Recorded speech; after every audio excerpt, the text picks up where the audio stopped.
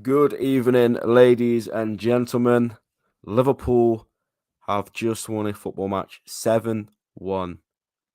I'm not trolling. This actually happened. Liverpool have won 7-1 away to Glasgow Rangers.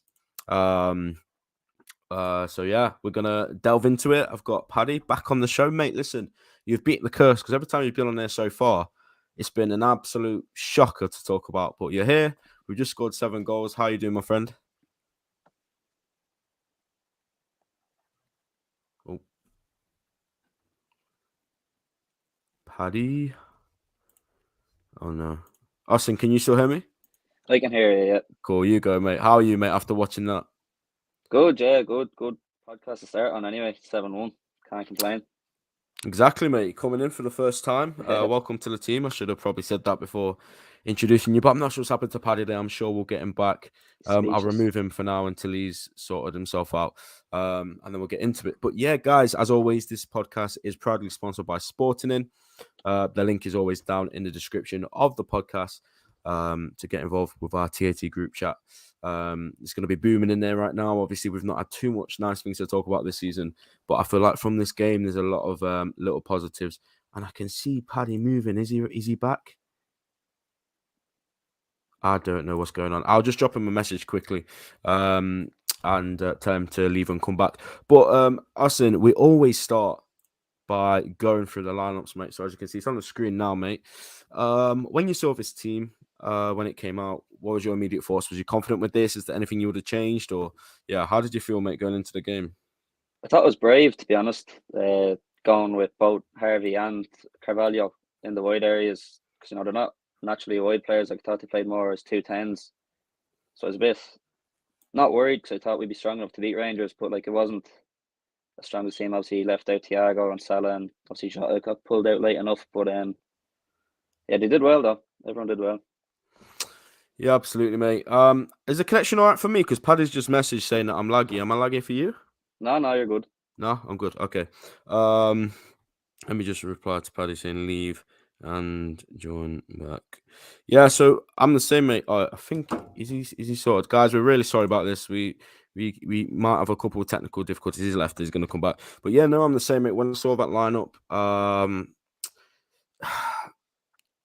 I wasn't happy with the double pivot. I have to say, of Fabinho and Henderson.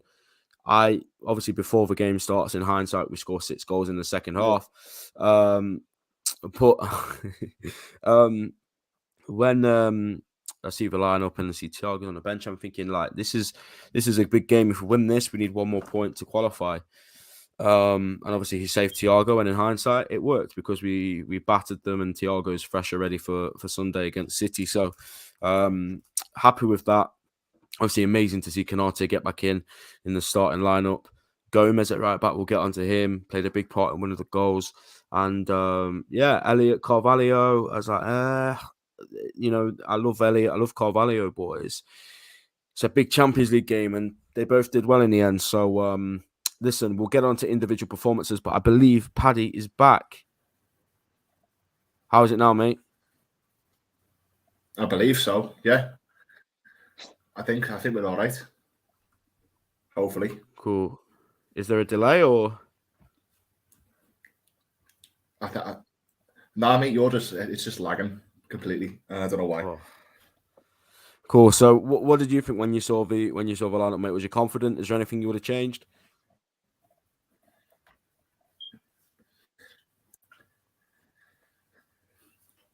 The lineup was a weird one. I weren't expecting Carvalho. I don't think Klopp was expecting Carvalho. To be honest, Yeah, it was just one of them where the stand play against you can afford to put in a youngster such as Carvalho, who was really good on a night. In terms of everything, got obviously because of weekend, it was all pretty fine for where more again than the team on the back. Listen, I've just dropped Paddy a message. It's not working tonight. Something's wrong with the connection. Paddy, if you're still listening, bro, we could just leave it because, yeah, I don't know what's going on. I think it's your end, mate. I'll just chat about it with Austin, but you can try and do what you need to do and come back if you want, mate. But was you hearing the same thing, Austin? Yeah, sounds for Yeah, himself. So Paddy, if you want to reset something and come back, I don't know, bro, but it was like impossible to hear what you're saying, mate. Listen, we'll keep going, and if Paddy rejoins us at some point, he rejoins us. Yeah, no, the game starts in the same way that we've been playing a lot recently, mate. We go a goal down, we make the game a lot harder for ourselves. What is the issue for you, mate? Seeing that, like, we keep doing this to ourselves. We know we've got the quality to beat these teams, as it showed in the end, but we always make it hard for ourselves by conceding first. What's the issue there for you, mate? And why does this keep persisting to happen? I'm not sure because obviously it's happened. I think now that's 17 in the last 21 games we've conceded first. And I thought for the first 2-3 minutes of the game, I thought we were controlling the ball well, kind of managing the atmosphere a bit. And I thought that we were going to build our way into the game. It's going to be different to what we've seen at the start this season. But then I thought the Rangers got back into the game more, started getting on top, creating more chances. Because really in the first half, we didn't really create any clear-cut chances. Obviously, our goal came from the corner. Other than that, I think maybe Nunes had that half chance. He was offside in the end. But other than that, we didn't really create too much. But yeah, we seemed to start slow and end up trying to build our way into the games. And luckily, we got away with it today. Obviously, we ended up battering them. But like, I don't know, I was worrying at the start. Mm-hmm. You and me both, mate. I mean, there's that old saying, isn't there? That old cliche that it's a game of two halves. And I think that's what we saw today. First half, obviously, the goal just kills us. Obviously, like you said, the Ibrox atmosphere is not a joke when they got on top of the atmosphere. And obviously, the players start believing when they hear that noise. And we know that more than anyone that kind of atmosphere can spur your players on. So it's not great to go behind in a ground like that. But yeah, I agree. The first half, we weren't at it. We just lethargic, too slow, too lackluster, not creating many chances, no pressing. There was just nothing there, and it's something we've seen a lot with this Liverpool side this season. Like, for whatever reason, the things you associate with Liverpool in that first half were not there. So there's nothing much really to talk about, I guess, from the rest of the first half. But second half, mate, I mean, I don't know what was said in the changing room, but obviously we bring on some big hitters. They all come on, but we will just cover Firmino first because he did equalise before half time, mate. And Bobby Firmino is a man that's had a lot of criticism recently, like the last season or whatever, the last 18 months or so. And I asked him, who was last on the podcast in the week, I asked him, what would you do with Bobby? Because obviously this season he's probably been our best forward, comfortably as well, in my opinion. So I'm going to ask you the same question, mate. After seeing Bobby thrive in this team this season, and obviously tonight, clear, well, I know Salah came on and got the hat-trick, but in my opinion, clear man of the match, best player on the pitch. What are you thinking about Bobby now then? With less than a year on his contract, are you going to give him another year or another 2 years, or do you still think it's time to just kind of let him see it out? To be honest, towards the end of last season, I was thinking it might be best to part ways at the end of his contract. But the way he started this season, I think would be stupid not to tie him down to at least another year or two. And he's a player that's never really relied on his pace. So as he gets older, like, it's not like he'll miss his pace. And this season, he's shown his form that hopefully he can kick on and keep playing this way. So I definitely keep him. He's a good player to have around the squad, and he's not someone that will get too agitated by not starting every single game, as we've seen kind of the last 12 months or so. So I'd definitely get a new contract in. Yeah, I agree. I love Bobby. Even last season, I think he started off really well. I think he got an injury at some point, but like you say, not pace reliant, doesn't really seem to, like, from the outside, from what we can see at least, when he's not playing, he doesn't seem to kick up a fuss. He just does his job and gets on with it, plays when he is chosen, and goes about his business and does his thing. And today he was absolutely instrumental to a lot of the goals we scored. The corner, I think it was terribly defended from Rangers. I mean, It's probably the easiest header Bobby's ever going to score, but you take them all day. You have to be there in the right place at the right time, and that's what Bobby was today. So, look, I'm happy to see him scoring again because this isn't something that you really associate with Bobby, the goal scoring attribute, and he's scoring goals. So, happy days. But before we move on, guys, I just need to make it clear. We are on the road to 300 subs. So, guys, if you could please subscribe to the channel if you haven't already, it would really help us with the podcast and really help us grow on YouTube and to bring more podcasts to you guys. So please make sure you subscribe if you haven't already and like the stream. That's always nice as well. But yeah, going into the break at 1-1, mate. No changes made in the second half, but I guess the change was made on the pitch, right? So what do you think the kind of decisive factor was for us to go in and scoring 6 more goals in the second half?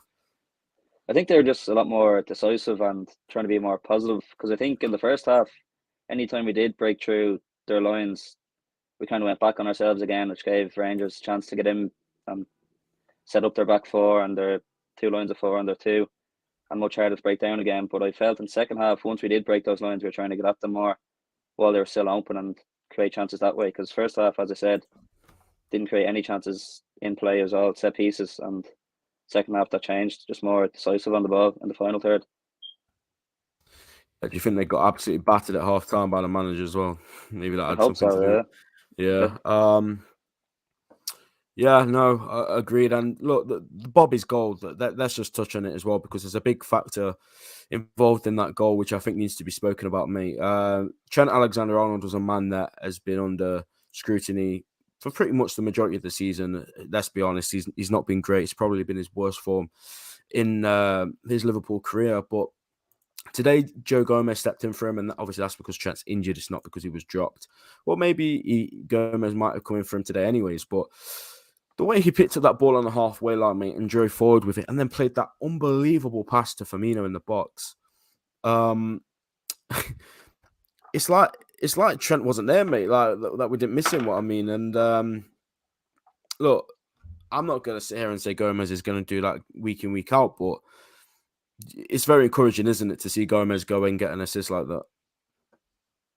Yeah, he didn't really put a foot wrong all game, to be honest, both with the No. ball and without it. Because to be honest, when I seen him starting, I was more expecting just him to be solid defensively and kind of just keep it simple on the ball. But he was more than that. I think maybe he made one sloppy back pass to Alisson in the first half, but other than that, he was driving forward with the ball.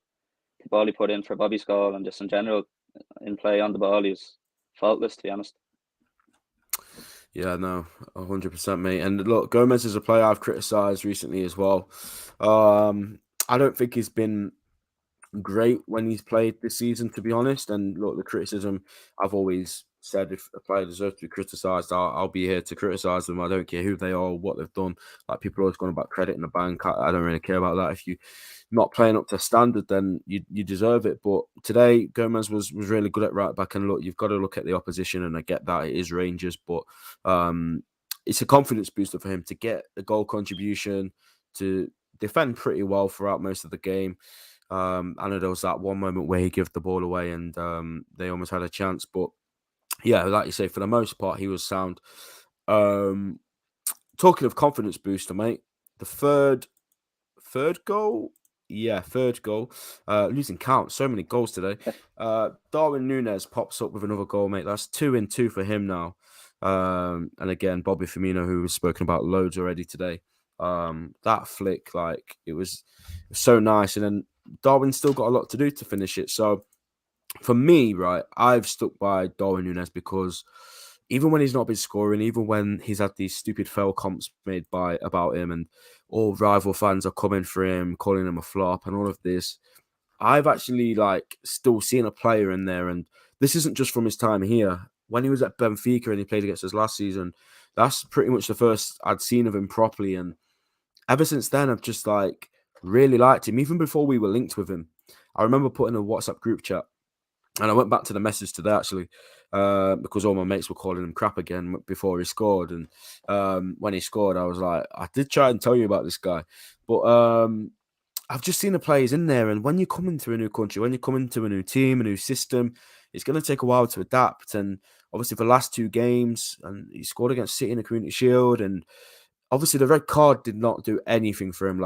In terms of his confidence, after that, he was probably back to square one when he came back after the 3-game suspension. But 2-2 now for him, mate. And Yeah, I'm really happy because he needed that goal, and you can see when he scores the goals, like the relief on his face. It's just like, oh Yeah. yes, finally, it's hit the back of the net. So, yeah, where are you at with Darwin Núñez, mate? And do you think that goal is going to be big for his confidence, especially ahead of Sunday? Oh, it's perfect setup for Sunday for him. Because I thought he Yeah, was good. He's always a handful, no matter what, if he scores or not. He's always a handful, kind of causing problems. But yeah, it's a good finish too. I thought in the second half he had a couple of chances, and I know people say strikers should take their chances early before the keeper's set, but a few times I thought he was taking it too soon. He could have taken a touch or two more. But for his goal, he was perfectly right to take it first time. It's a great finish. So yeah, I think sets him up perfectly for Sunday. Hopefully, make it 3 and yeah. 3. Like I say, mate, he's already scored against City in the Community Shield, so it shouldn't be a problem, right? Yeah, So easy. yeah, yeah, exactly. We'll see how that one goes, and then the next goal, well, the next 3 goals, Mo Salah comes on and scores the quickest Premier League Champions League hat trick of all time in 6 minutes. All good goals as well, to be fair. All of Yeah, them really good quality goals. And my biggest takeaway from this, when it comes to these Mo Salah goals, is they're all Mo Salah goals. And what I mean by that is when you put Mo Salah in those positions, Mo Salah will score. And I know we've tried to go a different way this season, and Mo Salah's been playing at right mid, way far out wide, way far out of the box. And I get it. They're trying to think of a new way to play. However, Mo Salah has been our most clinical goal scorer since Klopp came in, and I've not really enjoyed seeing him stuck so far out wide. You've always got to have Mo Salah in these positions because, like I say, if you get Mo Salah in these positions, he's going to score goals. He's not the kind of right mid that's going to pick up the ball and take the ball past so many players and put one in. Like, look, his creative stats, if you look at the numbers, they are actually like good.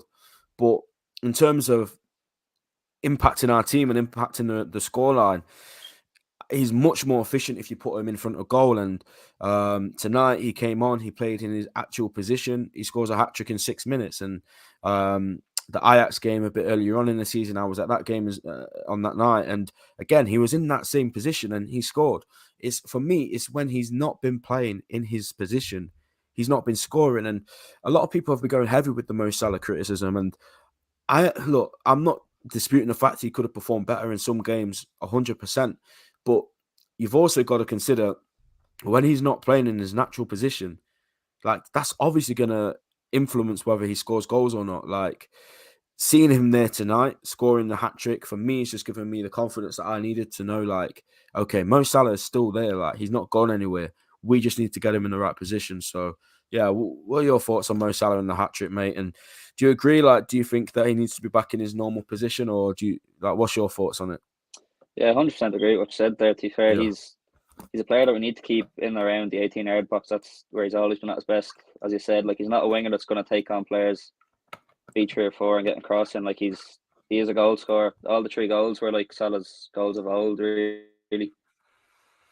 And like I think just generally the system worked better in the second half with him more central and Harvey out wide. I thought that like Harvey got a bit of criticism at the start of the season when he was in part of the midfield 3, and I thought he was very good on the ball there, but like defensively he was a bit lacking. But it all just worked so much better with Harvey on the right, Salah through the middle, just getting more chances. And even he put the ball in before Harvey's goal. Obviously, he was for Jota, but like he's much better in around their area, way more dangerous.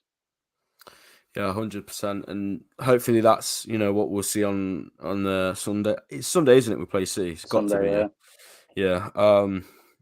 Like I say, mate. Hopefully these guys are now full of confidence after that. And again, I must emphasize, it's just Rangers. yeah. You can't read too much into it. We beat them last week and then go and lose to Arsenal. So we can't get carried away. We can't get complacent with that. We have to look at the opposition, and you can still credit our boys because we did a good job to turn it around in the second half.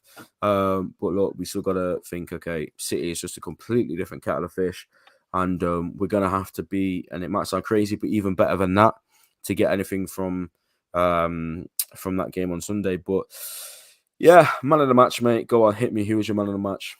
I think it has to be Bobby.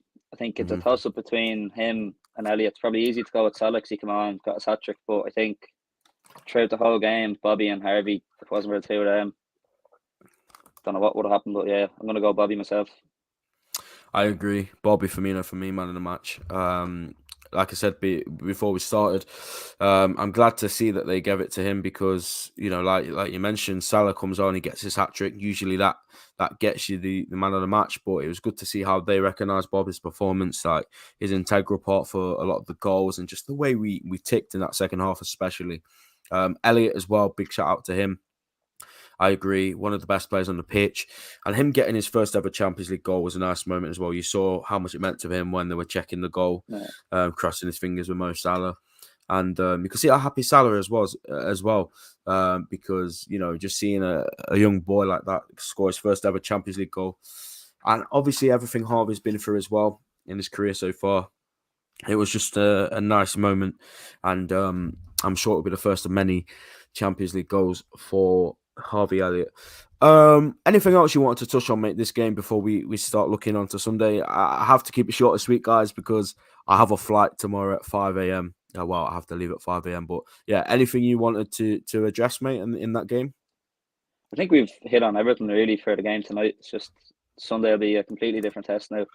Fortunately, two different kettles of fish, but we'll have to set up differently as well, less possession and stuff. So yeah, I'm gonna put you on the spot here, mate. I'm gonna ask for your starting lineup for Sunday. Yeah, I'd go Alisson, Gomez, Kanate, Van Dijk. I'd bring Robertson back in if he's able for a full 90. Because I think, to be fair, Costas at times, I don't know, he was lacking a bit today. I'd probably go Harvey on the right.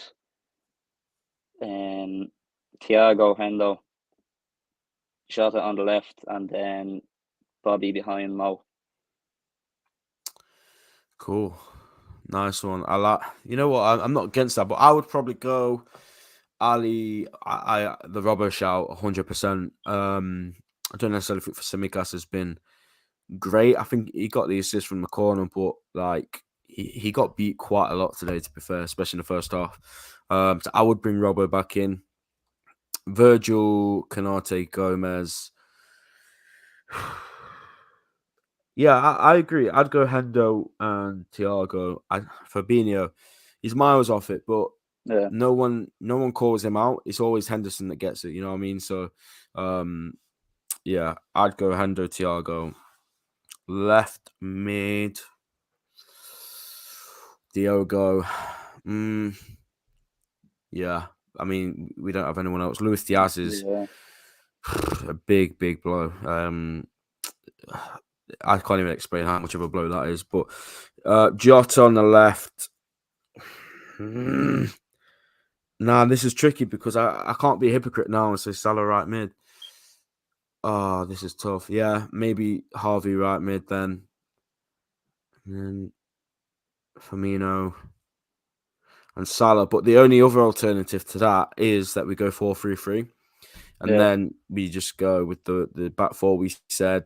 Fabinho, Thiago, Hendo, Jota, Nunes, Salah. But again, having gone for the 4-2-3-1 or the 4-2-2 or 4-4-2, whatever you want to call it, I'm not sure if now they're going to go back to 4-3-3. So it will be interesting. But like I said, keep it short and sweet for tonight because it's late and obviously we both got things to do in the morning. But do you have a score prediction for that game, mate, coming up?